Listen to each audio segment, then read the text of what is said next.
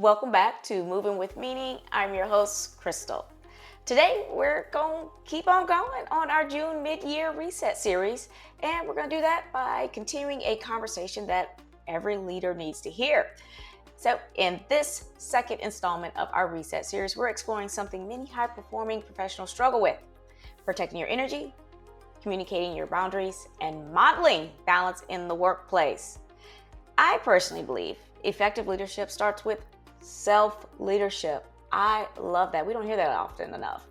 But when leaders intentionally protect their energy, communicate clear boundaries, and model work-life balance, they double up, not down, but up, okay, by supporting their own well-being and setting the tone for the entire team.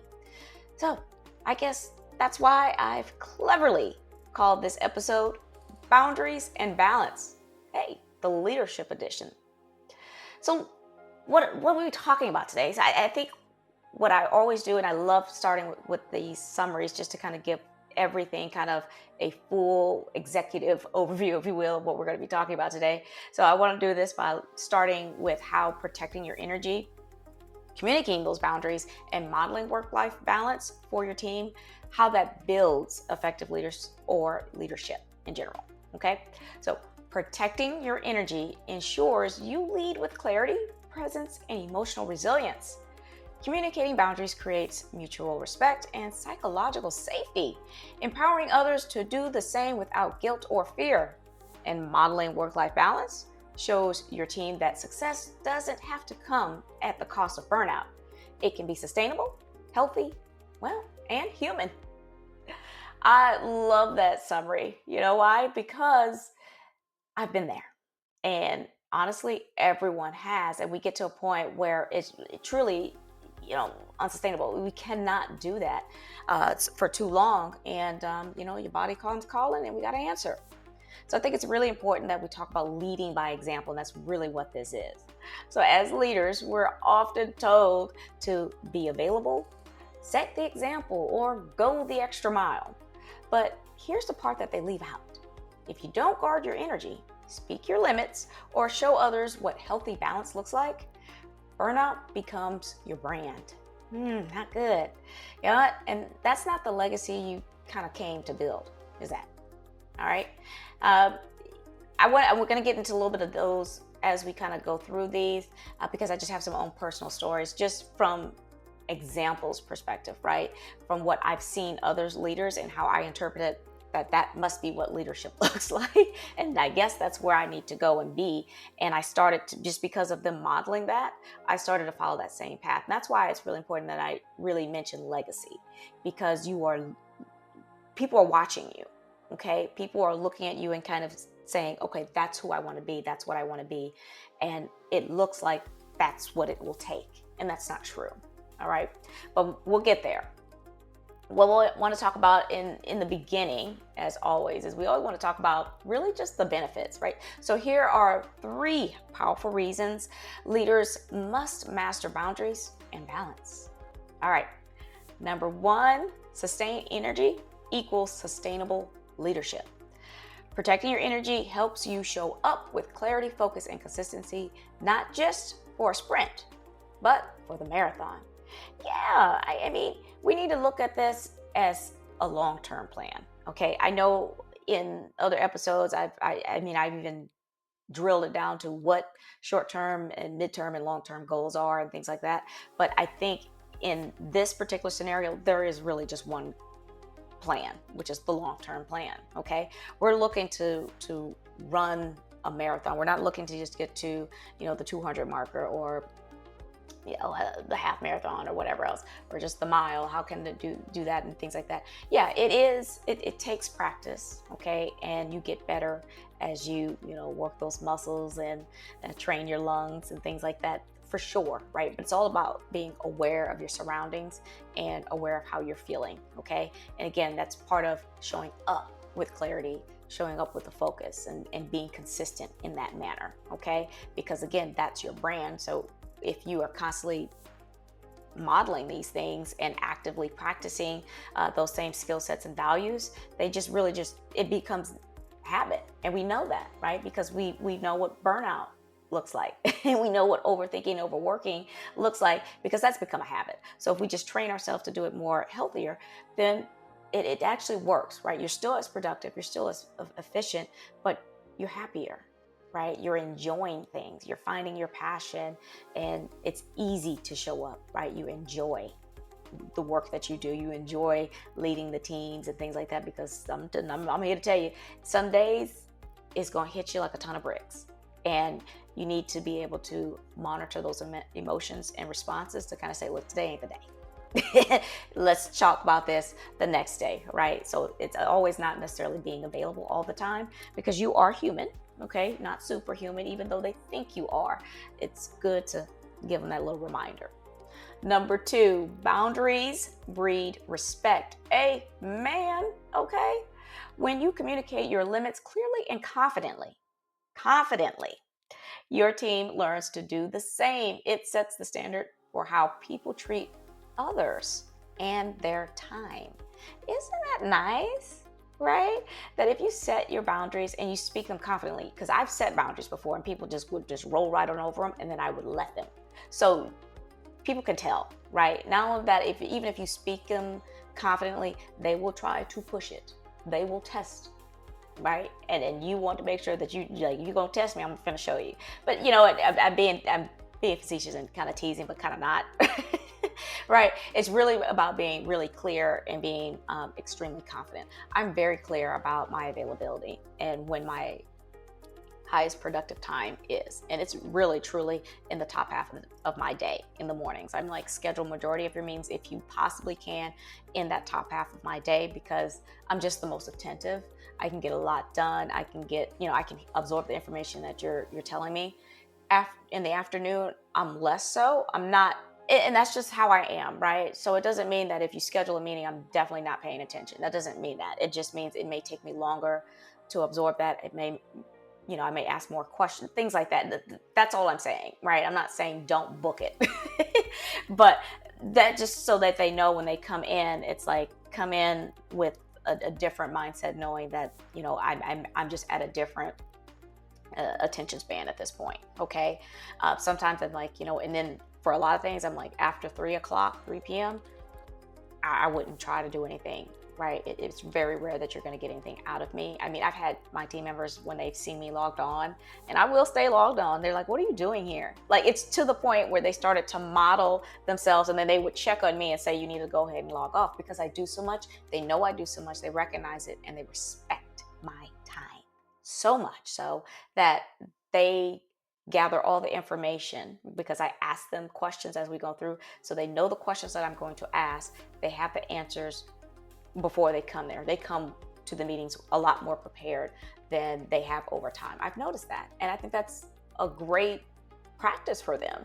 So that breeds, like I said, new leaders. But again, respect. It's so important for me. Respect and trust are just two elements that I truly live by. And, communication is going to be one of those. All right. Number 3, balance is contagious. Ain't it though? Modeling work-life balance gives your team permission to recharge without guilt. It creates a culture of performance that includes wellness, not one that replaces it. Hello. Listen, I'm going to tell you this right now. Okay. So at the end of the day, to me, it's work-life balance, right? And that doesn't mean that it has to sit on a constant equal. For me, I kind of do have that. So what that means is that if I'm going to work late nights, I'm going to give back that time to my family some kind of way. It's not like pressuring, because I know people will think about it like, oh my God, that's another thing I have to think about. Like, if I'm going to spend extra time, I'm going to have to figure out how I'm going to reallocate that.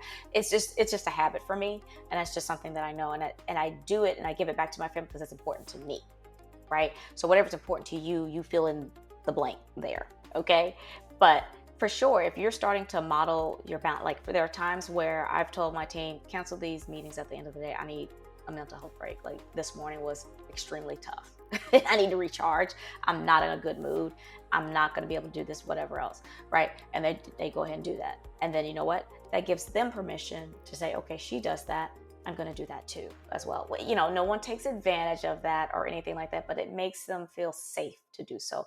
Remember, we were talking about psychological safety, right? You need to make sure that it's like, you know, I don't expect, like, I want you to show up in your best version of yourself, right? And if you're kind of at that point where it's like, today is not the day, but I'm still here, I'm gonna be like, okay, you know, snaps to you, great, but let's dial it back a little bit, and I'm going to give you that space for you to just breathe, decompress, and recharge, right? Because we're, like I said, we're human, not superhuman. Shucks.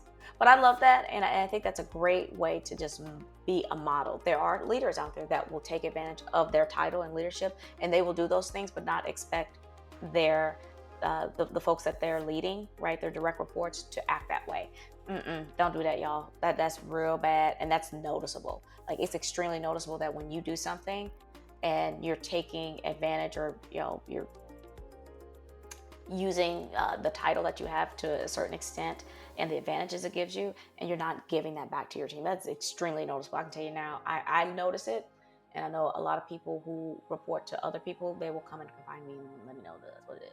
Not where I'm at now, but they have done so in the past. So I think, you know, just be a good role model is all I'm gonna say.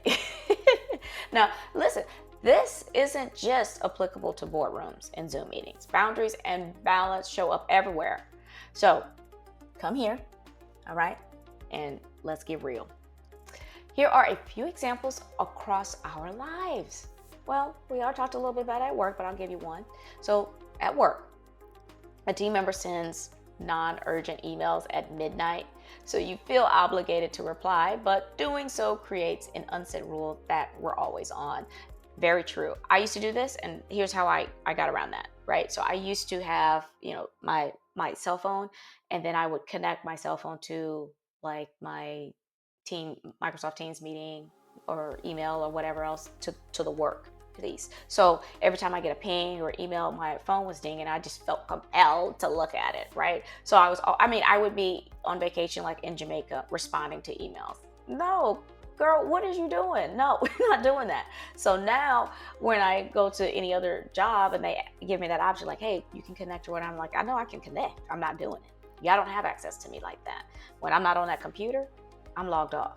I mean, even in my signature, if I even have a signature, because I don't really even do those. I know it, you tap me on the wrist, I'm working on it, y'all.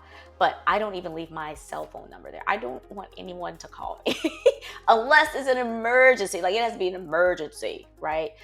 Which is very rare, okay? I just don't have that kind of role or that kind of job or that title. I don't do that kind of work that requires me to be always on. So think about that. I mean, I know it's good and it feels great, because I thought it felt great when I first did it, but I'm telling you, it ain't. It's a trap. They're trying to trick you. All right, second one. At home, you say yes to hosting an event you don't have the bandwidth for, because saying no feels selfish, though it leaves you depleted. Hey, listen, I am not gonna lie. When I first got my home or whatever else, I'm an entertainer. My family's an entertainer, so I was hosting everything, okay?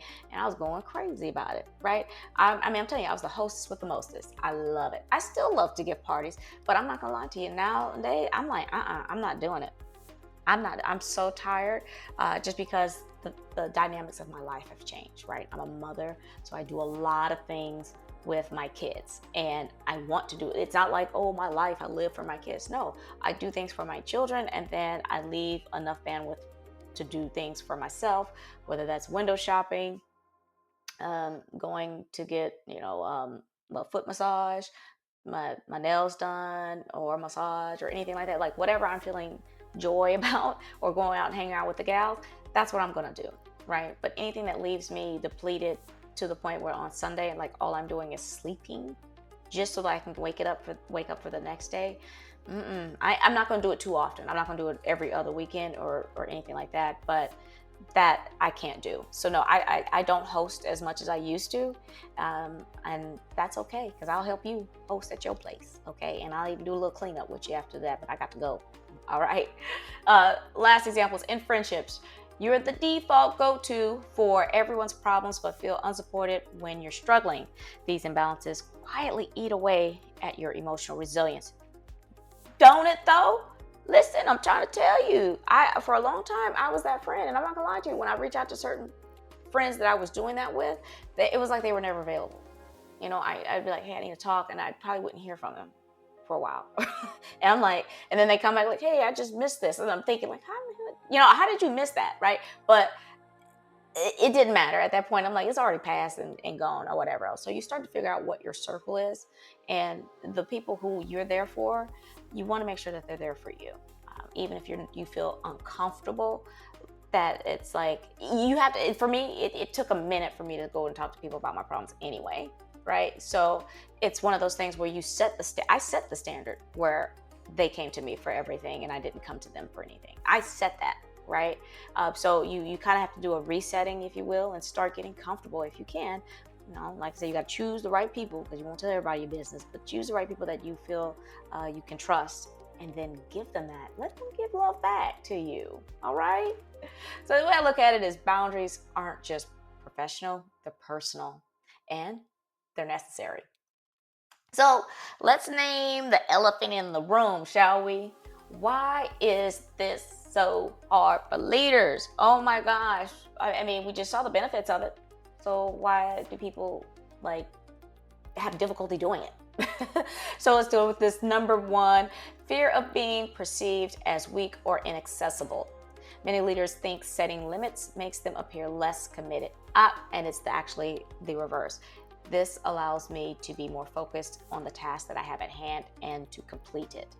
It doesn't mean that I won't be able to attend or contribute, but I cannot say yes to everything so that they think that I'm always available to do whatever they want me to do, right? You just can't do that. It's impossible. It literally is. There's not enough time in the day, in the workday, and there's not enough time in just a physical day to do that, right? And so, and that kind of stamina that it takes to really do that, it'll wear on you to the point where it does weaken you in a sense. So really just making sure that you're maintaining your equilibrium and your mental peace, so you don't have that fatigue, is truly a great sign of a leader.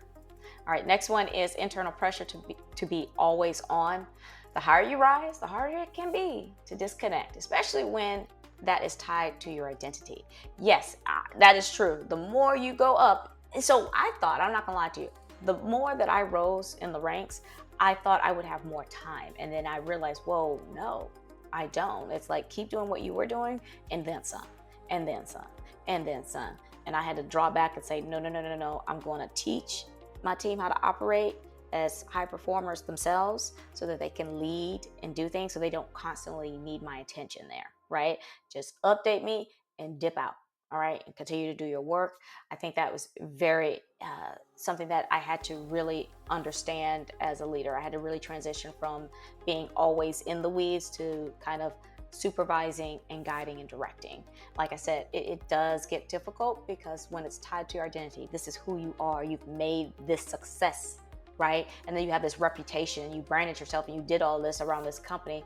It's very difficult to kind of break away from that identity, but you're not really breaking away. You're just evolving, right? You're maturing and things like that. So you have to be able to meet the new demands of the new title, but also mentor, right? And you go from not doing and always being in the weeds to just mentoring and guiding. So there's a lot of training that's involved with that as well. So, look it up. I'm going to have some courses like that for myself, for others to take a look at. All right, last one is lack of modeling. Woo! If you've never seen healthy boundaries modeled by leaders before you, it's hard to know where to start. I'm telling you, ain't it? It was for me. I'm serious. It was very difficult for me, because I didn't, like I told you in the intro there, I did not have any good models at all when I went into a lot of my leadership roles. I just saw leaders that were busy. I saw them always on the phone. I would travel, so I always saw them on the phone in the airport. I saw them always with the laptop, opening it up and doing things, and always having to step out. And I just thought being that busy was a sign of a good leader. I just thought that that's what it was, but I didn't realize that it was no. They could still be great leaders but were they effective, right? And I got to a point when everyone needed me. Everyone needed me. And I'm always like, why does everyone? It's like, because you're the only one that has the information. No, you haven't taught anyone on your team to be a second you, or to have the information that you have, right? So I really evaluated that, and I started saying, okay, let me start offloading some of this work and giving some responsibilities to these other individuals, and then they would take it on. I give them some tips or what have you. But I realized quickly, as I started to offload some of that work and get that off to other people, they were capable of doing it very well. I just had it in my head that only I knew how to do it. And only I could do it well, because I didn't want to make a mistake, because my brain was tied to this, right? All of these things were going through my mind. I was just overthinking it. And once I stepped back and said, okay, no, I'm not going to, that's just not the leader I want to be. That's great that these folks were doing that. I'm going to change this, because it's got to be a better way. It's got to be a better way, because I enjoy my job, but I can't do it at this, this pace. It was just too much. So at the end of the day, right, I look at this and I kind of say, we talk about breaking generation curses. Well, we're going to do this today, and we're going to stop this cycle of overworking our leaders like you, and we're going to do it today. Right? And you're gonna start being the model of this effective leadership, whether you like it or not. All right. So I'm not going to leave you guys off with all those benefits and some of those drawbacks to why people avoid doing these types of things when we talk about communicating our boundaries and setting them in general, as well as modeling this in the workplace, without having some strategy or tips to kind of get you to make it happen. So let's break down these strategies into ways that you can implement them, and starting today. All right. Number 1, protect your energy. Schedule energy audits. I like that. Pay attention to which tasks energize you and which drain you. Then delegate or set limits accordingly. Set do not disturbs blocks on your calendar and honor them like any other meeting. Hey, I believe in that. Truly, I see some people do it. So I block them, but some people block them and they change it to like out of office. So it's like a purple, right? And everyone knows what that purple means. Is like they are not available and they're not coming to this meeting. So do your best to set those blocks throughout your day routinely. Don't be afraid to do that. I know a lot of people, I was scared to do it. Don't be afraid to do that. People will get used to it. They will honor it. If anything, they'll start communicating more with you, for sure, because they want you there. All right. And yes, of course, there are certain tasks that drain us every day.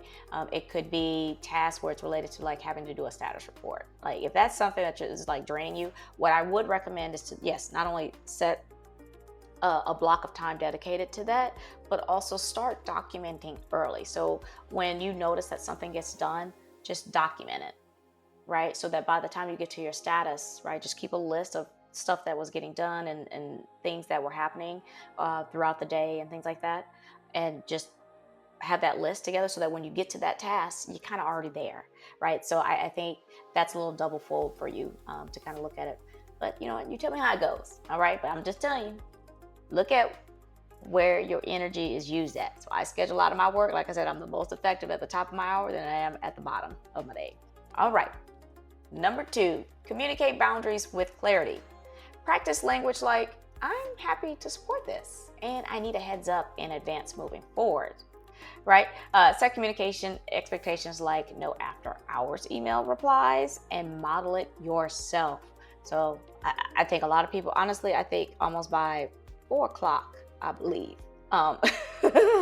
People, if they send me an email at 4 or even at 3:30 after that, they're not going to get a reply until the next day. It's just how it is with me. I just don't, and they know that, right? If it's that urgent, and it's that urgent, my boss can get in touch with me, but even they don't really do that. I really believe in this, you guys. So do this, please. But yes, practice. So this is difficult, right? That language piece, because no one says, I don't know how to say no. I don't know how to tell people to do this. That's an example. That literally is a blueprint. Like, you know what? I'm happy to do this. I would really love to do this. However, if you can give me a heads up in advance, it would help me schedule and organize the things that I have going on that are priority, so that I can be more supportive of you. Okay. Things like that go a long way. All right. And just once you do it and you get their reaction, just get it out and get the reaction. The second, third, fourth, and every time after that, it gets so easy. Trust me. All right, last one. Model work-life balance. What are we talking about? All right, take your PTO and talk about it. Let your team see the rest is part of your leadership. Encourage end of day sign-offs and normalize not being always available. Yeah, so I think that's good. Now, I mean, like I said, I ain't talking about telling all your business, but when you take PTO, like talk about it. Like, I'm gonna go off on vacation. I'm gonna go here. I'm gonna go here. Just reminder, y'all, I'm gonna be out. Whatever else, make sure y'all get y'all working. Things like that. But if anything, it's really to kind of say, letting your team know that I really enjoy rest. Rest is a part of what I do, and it's how I continue to lead and be effective and show up daily for you guys, is because I take my rest, and you should too, right? So I think that's really important about doing those things is, people will take PTO, but if they don't talk about it, how do you, it looks like I'm just taking time for a vacation versus time for just a CEO day, just to not chill and not do nothing, right? If you don't say that, they don't know what you're doing. And it's okay. It's your PTO. You don't have to always take it for vacation. You can take it just to chill, right? And I think that's so important. It's a really good, safe way to, look at modeling this and encouraging others to do the same thing. All right. I enjoyed this conversation. I have so much more in regards to leadership coming up in the rest of these series for the reset. So I hope that you guys are enjoying it. I do want to leave you off with this one final message. Leadership isn't about being everything to everyone. It's about being whole for the people who count on you, starting with you. When you lead with boundaries, you teach your team how to lead themselves. When you prioritize balance, you set a new normal where excellence includes rest. And when you protect your energy, you don't just manage the moment, you model a movement. So take the time, keep your cup full, and lead by example. And remember, your leadership legacy is not built by how much you carry, but by how intentionally you pour. Until next time, keep leading with meaning. Oh man, that was a good one. I ain't gonna lie to you. I've kind of started to like these myself. All right, guys. As a reminder, if you want more of me that delve into deeper topics, check out my podcast, Moving with Me in the Podcast. I'm on Amazon Music, Apple Podcasts, Spotify, and YouTube Music. Check out my website, movingwithmeaning.com. Here is my graphic with all of my social media connections. Hit your girl up or just follow along. Maybe something will just pop out at ya. Also, if you are particularly inspired by any of my conversations or episodes and think this would be a good match for your next event, hey, I'm your gal, professional speaker. Or you're interested in converting this into a workshop, I got you covered there. I'm a workshop and facilitator. So perhaps this is right in line with your own experience and want to partner with me to add a bit more oxygen to that spark. Hey, I'm your coach. Maybe finding the right words for your own memoir or ebook has you all balled up in knots. Well, I'm a ghostwriter that can put your thoughts and ideas to paper. If any of those strike your interest and you know what, just want to talk opportunities, take the first step and book me completely free using this QR code. All right, that's all I got for you. All right, so I always love chatting with you guys, and you know I love ending this out because I think you guys are capable of it.